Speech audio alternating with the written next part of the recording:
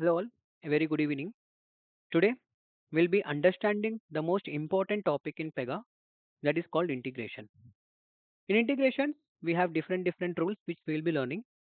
We have four rules mainly: service soap, connect soap, service rest and connect rest. Before we jump into those rules, it's very important for us to understand what is an integration, why Pega provided as integration concept. We'll also look into why Pega as a service provider and when Pega will act as a consumer. So let's understand what is an integration. In Pega, till date, what we have done, we have learned about the internal database. Using data types, we have configured the internal data type rules, where we have taken all the customer details, customer ID 1, 2, 3, 4, 5. Each and every customer ID have their own details, like first name, last name, loan amount, loan details, right? Whatever the details that we have worked till date is stored inside the Pega database. We call it as a internal Pega database. But what if there is a need for the Pega application to get the details from the third party system? Okay. So what we need to do? There is a data that is present in the third party system. And if you want to get the data from the third party system, what we will be doing? So we'll be configuring the integration concept in Pega. And what is the in other way? If you think in another way, what if there is another tool which is consuming Pega? Let me show you the diagram here. You'll understand very clearly. You go here, you can see the first diagram. I will be explaining you about Pega as a service provider. Okay, I will be explaining you about Pega as a service provider. If you can see on the left side, we have Pega system which contains loan details. So whatever the Pega application which we have developed till date, we have the loan details data type, right? We have the data type created in Pega. We have the SBI bank portal. What it will be doing it? They need the details of the loan amount. They will be hitting the loan ID. So in our Pega system, we have all the loan details. We have around 30 to 40 loan details which we have in a Pega database. So let's consider if someone, the bank manager of SBI bank portal, they are not having the data. The application is developed in .NET. They are not having the data at their end. What they have done, we have this service. We have provided the service to the SBI bank application team members. Now the bank manager can hit the login ID. So he will be providing the login ID. What Pega will do? Pega will consume this login ID. So it will take it as a response. It will take it as request. The login ID will be the request. Whatever the details that are there with respect to this loan ID, those details will be shared to the SBI bank portal. So the loan details will be shared as a response to the other application. If you can see here, Pega system contains loan details. We have this loan details data inside the data type. We have configured all the data type elements here. SBI Bank Portal, which is an application developed in .NET, what it is doing? It is consuming our service. So here in this scenario, we are acting as a service provider. Clear? For configuring the service provider, we have different rules called service rest and service soap, which we'll be learning in the next classes. Now, if we talk about the Pega as a consumer, so if we talk as a Pega as a consumer, it is vice versa. So, what are the things which we have done in the above approach? It is quite opposite. What will be doing it? So, Pega will act as a consumer. So, Pega will consume the data which is there in the third party system. If you can see here, we have a Workday application which is developed in Java. Okay, there is a Workday application which is developed in Java. It contains all the details of the employee. Okay, it contains all the details of the employee. So Pega system, if they want to get the details of all the employee, what it will do? Will be hitting the Workday application team. We'll be sending the request of the employee ID. Workday team will process this employee ID and it will send the response to the Pega system. What is the response that we're getting here? It is the employee details. So if we consider these two scenarios, we don't have either two application teams. If we consider the application team above, SBI Bank Portal does not have data in their internal database. They have integrated with Pega system and they got the details which they required. If we consider the second scenario, we don't have the data present in our system. We are consuming the data which is present in Workday application. That's the reason why integration plays a crucial role. The main aim of integration is that if you are not having data present in your Pega database, if you want to get the data from the third party system or an external system, what you need to do? You need to integrate to the system. For integrating, we will be having a separate configurations that we need to follow. In today's class, we'll be understanding more about the service soap. Later, we'll be discussing about the connect soap. And the last two classes, we'll be discussing about service rest and connect rest. If you understand my requirement, I have already shared your Jira story yesterday. You can just open that Jira story. If you can see, this is the service soap configuration Jira story which I have shared to everyone. So what you can do, just go through this. I will just quickly go through the context. So let's consider you are working in an organization. You got a requirement to configure the service soap. Okay, you got a requirement to configure the service soap. What usually happens? So there will be a business analyst who will be providing or you will be creating a story. Okay, during the sprint planning, you will be assigned with the story where you need to work on the story. Let's consider I am working in a bank application. I got a story assigned. So what is the story requirement is that I need to configure a service soap.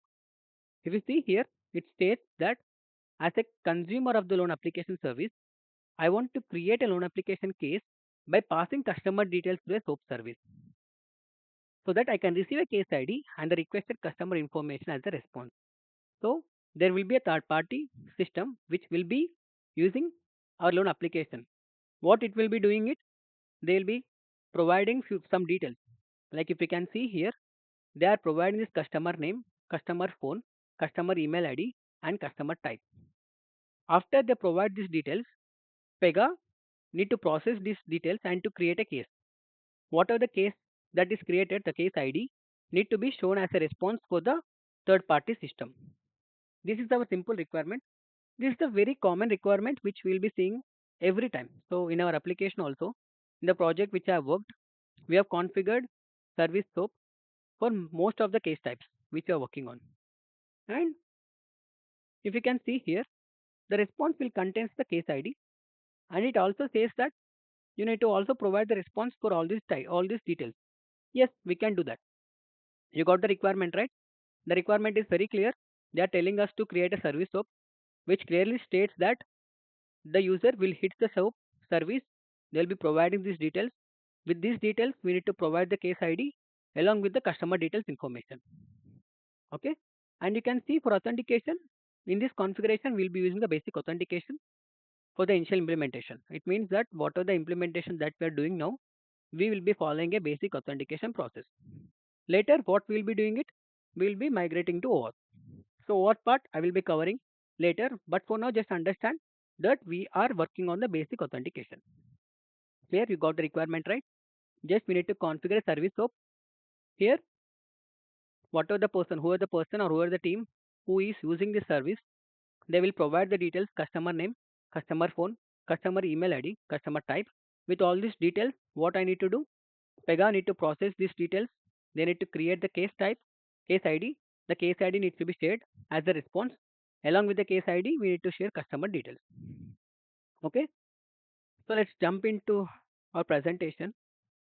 As mentioned, we have talked about the integration. As mentioned, Pega will act as both service provider and Pega will act as a consumer. Pega acting as service provider. For that one, we will be configuring service soap and service rest. Pega acting as a consumer. There we will be pitching connect soap and connect rest. Let me go to the next slide. If we can see service package. What is the service package? Why Pega provided service package feature? Service package is essential only for the service soap and service rest. So whatever the services that you are building, either service soap or service rest, whatever the services that you are building in Pega, it's very important for you to align to one service package. Okay, service package is a rule in Pega. It is a data instance. For the first time, I'm telling you, it's a data instances which will hold the package of all the services. Okay, all the services rules will be hold in the service package. The basic important thing is that in the service package we will be having multiple configurations. The most important configuration which is very important and it is an interview question is that everyone will ask you what is stateful and what is stateless service. So it's very important for you to understand what is stateful and what is stateless. I'll be explain you in some time. In service package, we also need to specify the right access group. Why we need to specify the right access group? If you remember, in data pages, in data pages, if the scope is of node level, it's very important for us to mention the access group, right? The reason being, in the runtime, the access group, whatever the rules that are present in that access group will be executed. Similarly, here, if you are providing an access group, it helps to access or it helps to execute the right rules. So it's very important for us to specify the access group in the service package. And the third thing is that authentication. So it's very important. If you have provided the service, you have created the service, it's very crucial that no other application teams or no other third-party applications will be using your service. So in order to avoid or in order to have a good security privilege enabled, it's very important for us to have the authentication. With the help of service package, we can achieve the authentication. And also we have other concept called requester pooling. So each and everything which we have it here, I will be explaining you in the later class. For now, just understand service package is a rule in Pega, which is very important. The reason being, service package will hold the list of all the packages. It means that it acts as a package for all the services. We can configure type in service package. We can decide whether the service package is stateful or stateless. It's very important for us to mention the right access group. As mentioned, authentication plays a crucial role in real-time application development. Service package will offer the authentication also. Okay. Requester pooling, it requires some time. I will be explaining you very clearly what is requester pooling. I will be showing you the real-time scenario for requester pooling as well. As you are not having much time, today we will be discussing more about configuring of a service soap. Later, we will be discussing what are the configurations that are present in the service package along with the configurations that are present in the service soap. Clear? So let me jump to the designer studio. Or before that, if you can see service soap, for you to configure service soap, we need to follow few things. Firstly, let's understand what is SOAP. SOAP is nothing but a sample object access protocol. It uses XML as a messaging format. Clear? It uses XML as a messaging format. So whatever the SOAP configurations that you are doing, it follows XML messaging format. But you know, right? Pega is in is in a clipboard format. How Pega will understand the XML format, right? It's very important, right? Pega will act as a clipboard. Pega contains or Pega understand everything in clipboard format. But SOAP which we are configuring, it will be in XML format. Then there will be a mapping exceptions. In order to avoid that, what we'll be doing it, we'll be using two rules called parse XML and stream XML. What is parse XML? Parse XML is the rule which helps to convert the XML data to clipboard. Okay. So whatever the request that you're getting, that request will be getting in XML format. So the this request XML will be converted to the clipboard page. Now, so Pega will understand this clipboard. It will process the request and it will have the response in the clipboard format. After we have the response in the clipboard format, we have the stream XML. What does the stream XML will do? It will convert the clipboard to the XML format and this XML will be sent as the response for the service consumer. So this is what the service SOAP it is. So I've just given you a brief overview. While we are configuring it, I will definitely help you to understand each and every configuration which Pega provided to us. First, our main motto is to configure service SOAP today and we can understand each and every configuration which Pega provided to you or to us in the coming sessions. So as mentioned configuration, we need to go to the Jira document shared. I have already shared the Jira documentation. I have already explained you what we are going to do. Let's go to the Designer Studio and get it achieved. If you go back to the Designer Studio, this is the Designer Studio. We are having the application already created. Let me jump to the development environment, Dev Studio.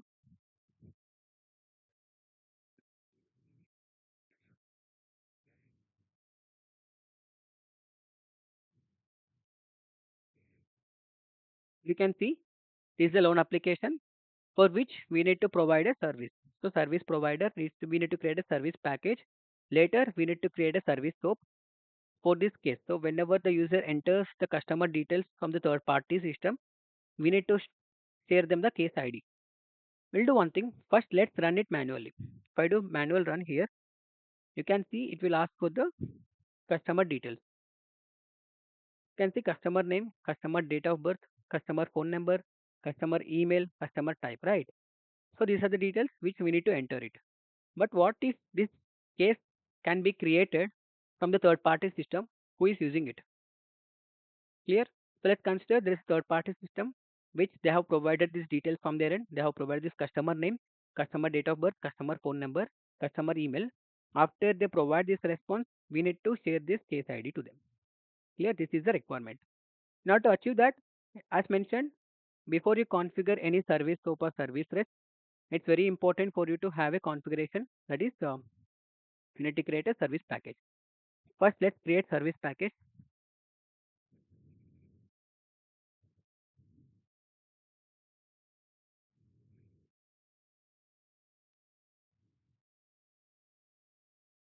My personal edition is very slow. Never mind.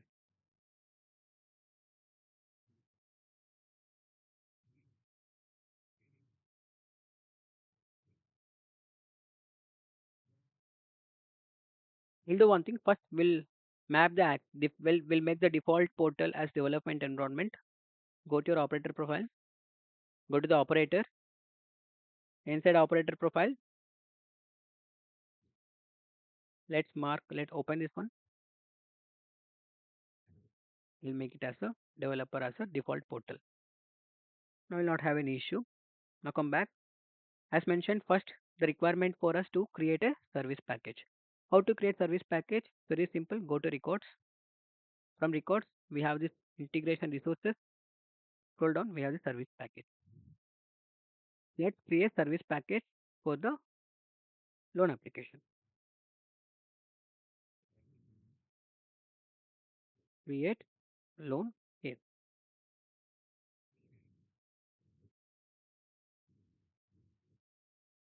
I'm just giving service package like this. We are having two processing modes, stateful and stateless. I will explain you later. Let's have, we need, as mentioned, we need to provide access group. What is the use of access group? As mentioned, access group helps for rule picking. Okay, execution of rules will be done with the help of access group. Nothing but app context will be present in the access group that will help to get the rule execution done.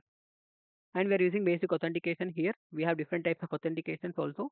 For now, as mentioned from the Jira document, if you can go to Jira document, you can see for authentication, we'll use the basic authentication. So I'm just not modifying anything. We'll be giving the basic authentication. Okay. And we have this required TLS or SSL and suppress to HTML check. We'll do one thing. First, I will explain you quickly what is this processing mode. So let's consider we have stateful and stateless. What is stateful and what is stateless?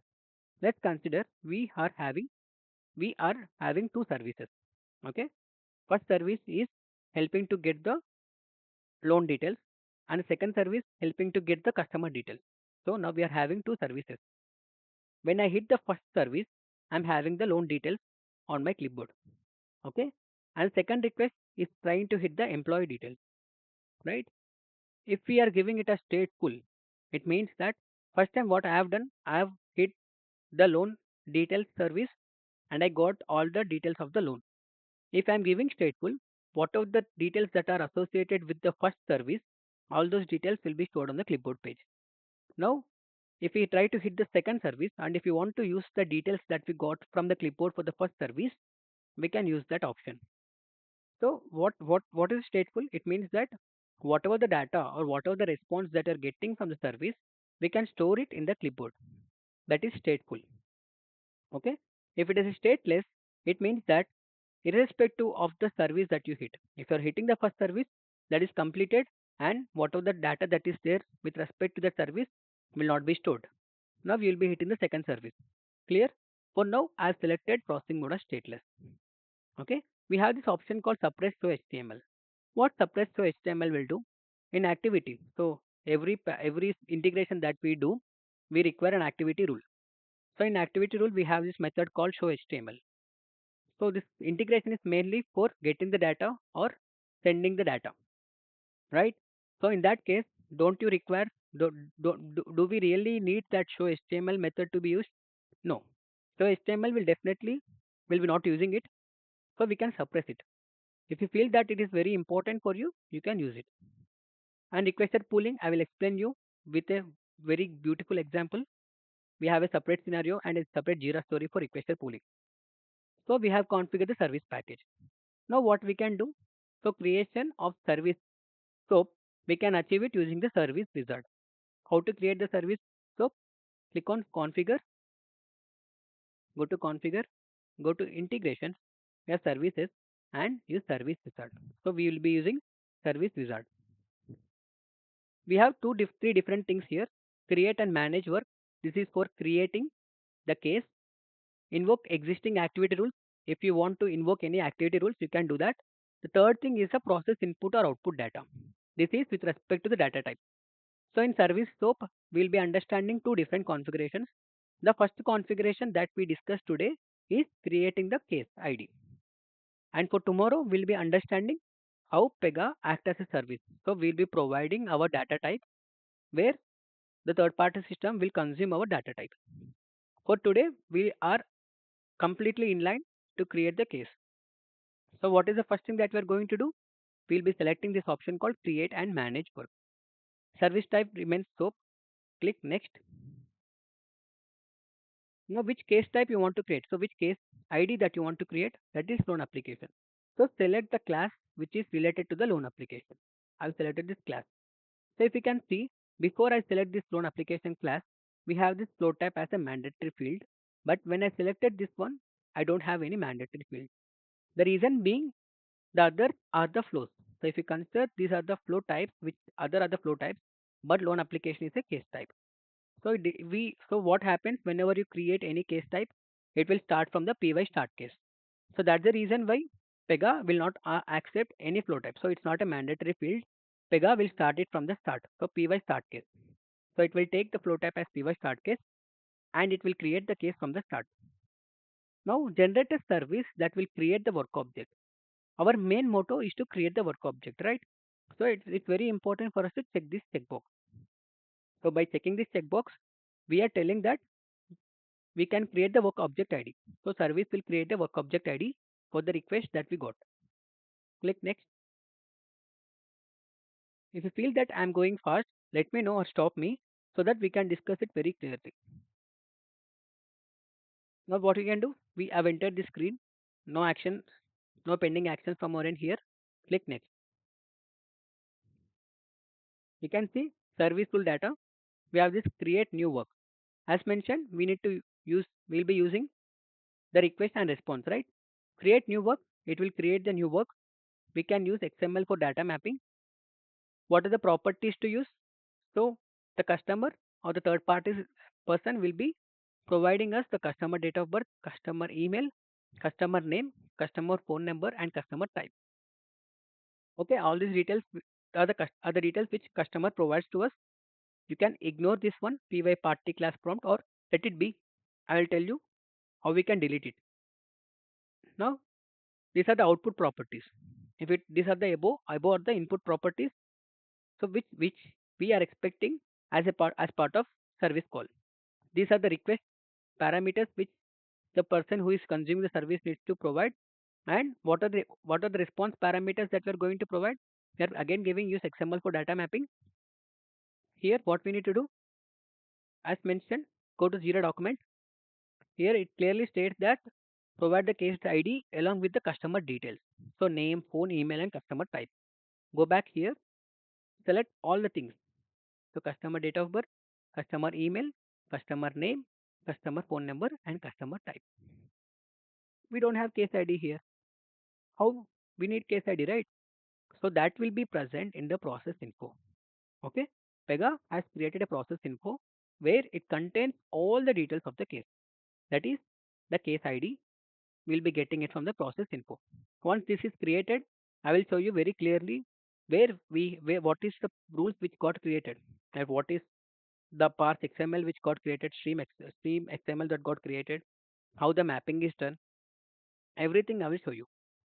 So for now, just click next. What it will do, it will ask for the rule set. Select rule set name and version. You can select the rule set. I'm just giving it what are the things that it Pega provided to us. Now instead of creating, it asks for creating a new service package, or you have these three options. You can copy an existing service package and create a new one with the existing service package, or you can use an existing service package. Now we can use the existing service package. What is the service package which we have created? Scroll left or recent maybe create loan case, right? Create loan case. This is the service package which we have created. Click on next. As mentioned, it's very important that what are the services that you configure, those should have a service package. Those all rules should fall under service package because service package holds list of all services. Now if you can see, we have new service rules got created, that is create new work.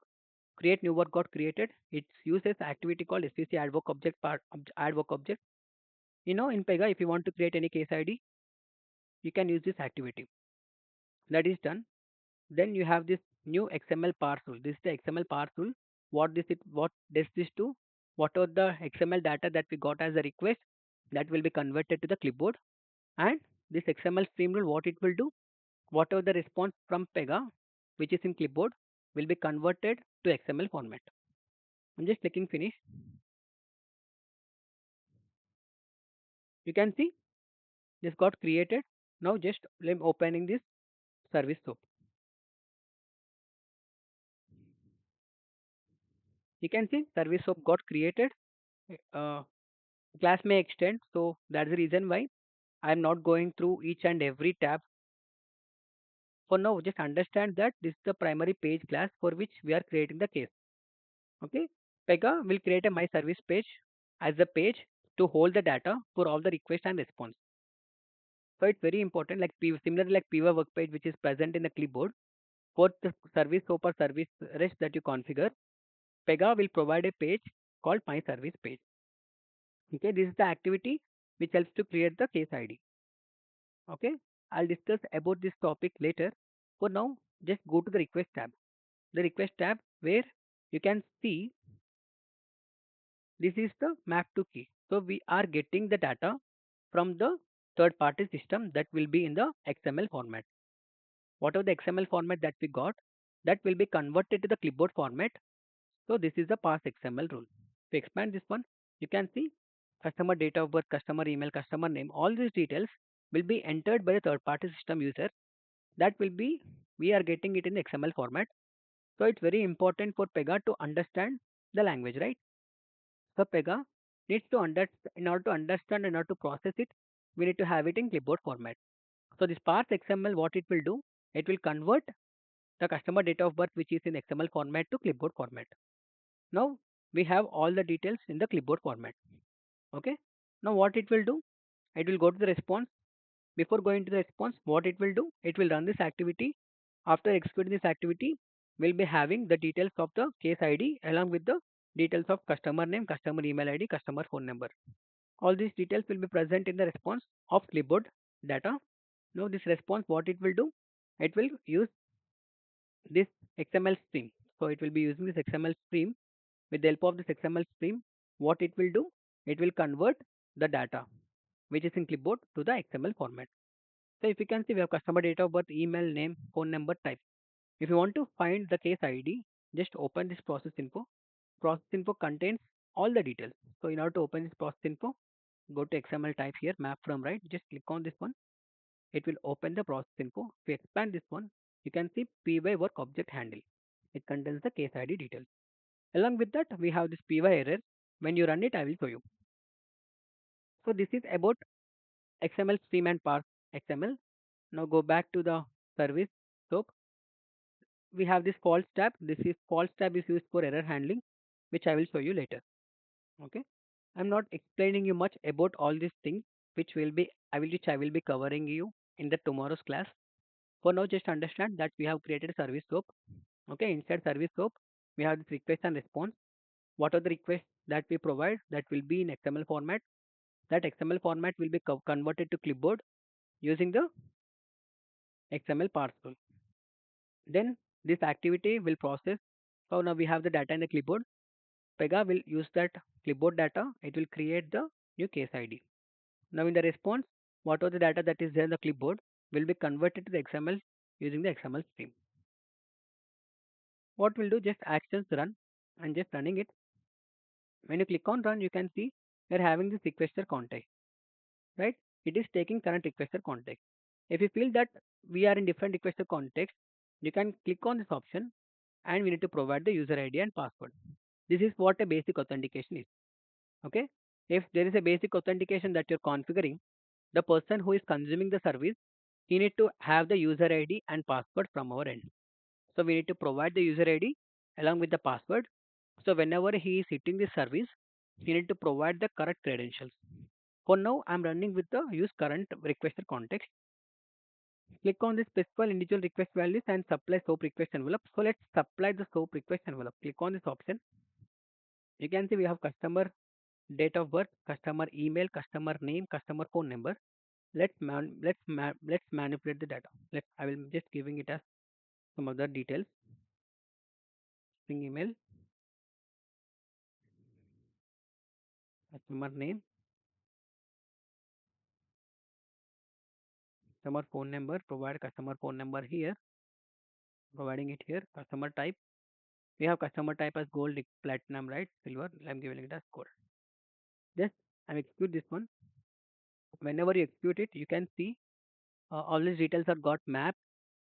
First thing that you need to observe here, case ID got created. This is the case ID that Pega created.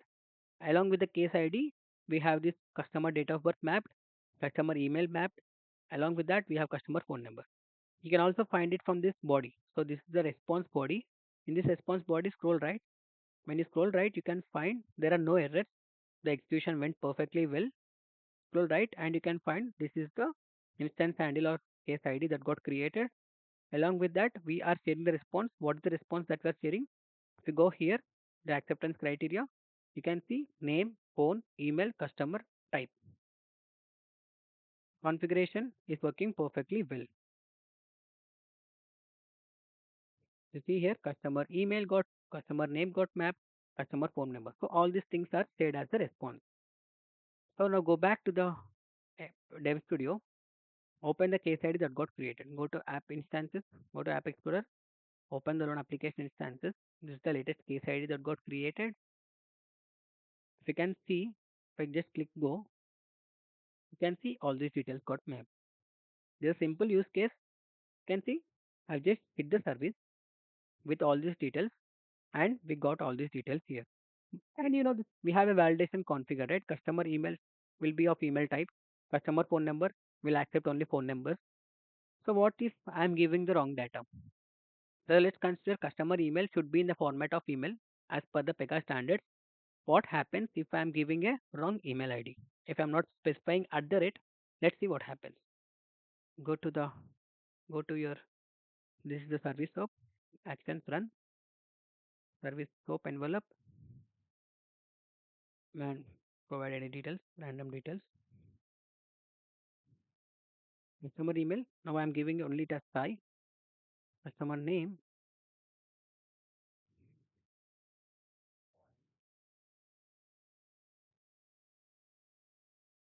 Enter all these random details. Customer time. Now I'm giving it as silver. Just execute it. Now you can see the case ID got created. Even if we have given the email ID which is not with respect to the Pega standard of accepting the email, let's see what happened. The case ID got created anyhow. If you go to the loan application again, see you will have a display error message here which says that customer email is in the wrong format. If you just go here, you can find invalid value specified for customer email. So even though the data is mapped to the Pega database, Pega will validate each and every data that is being triggered here. So though the user mentioned customer email as Sai, Pega internally validated the data and shared this value to us. Here this is about a service scope. What happens if let's consider these are the details that we got triggered, right? Let's go to our service scope and this is the request. So what is the request that we have? We can delete this. If you can see, I'm not using this for now. I don't want this to be in the service scope configuration. Whenever you're providing service scope, delete this attribute. You also delete this attribute as well. So delete this attribute. If you're not using it, we don't need it in the request, right? In the request data, we don't need it. Click run here. Go to your service scope, save it, actions run. You can see all these details got managed. So you can configure the same way for response. If you want to remove any response details, you can do it. Okay, that's all about service. So what I will do, I will explain you more clearly about what is false tab and why we need a false tab, what is XML page, and what are advanced configurations that we can do. Along with that, I will be explaining you more clearly about the service package in tomorrow's class. Okay, so just after this class, I want you to work in offline where you need to understand this documentation. So, what is the documentation that I've said? Just understand the acceptance criteria and work on it by creating a branch. Okay, that's all about today's class. If you're having any doubts, let me know. I will be available. Ping me in WhatsApp. I can respond to you immediately. I'm just stopping the recording.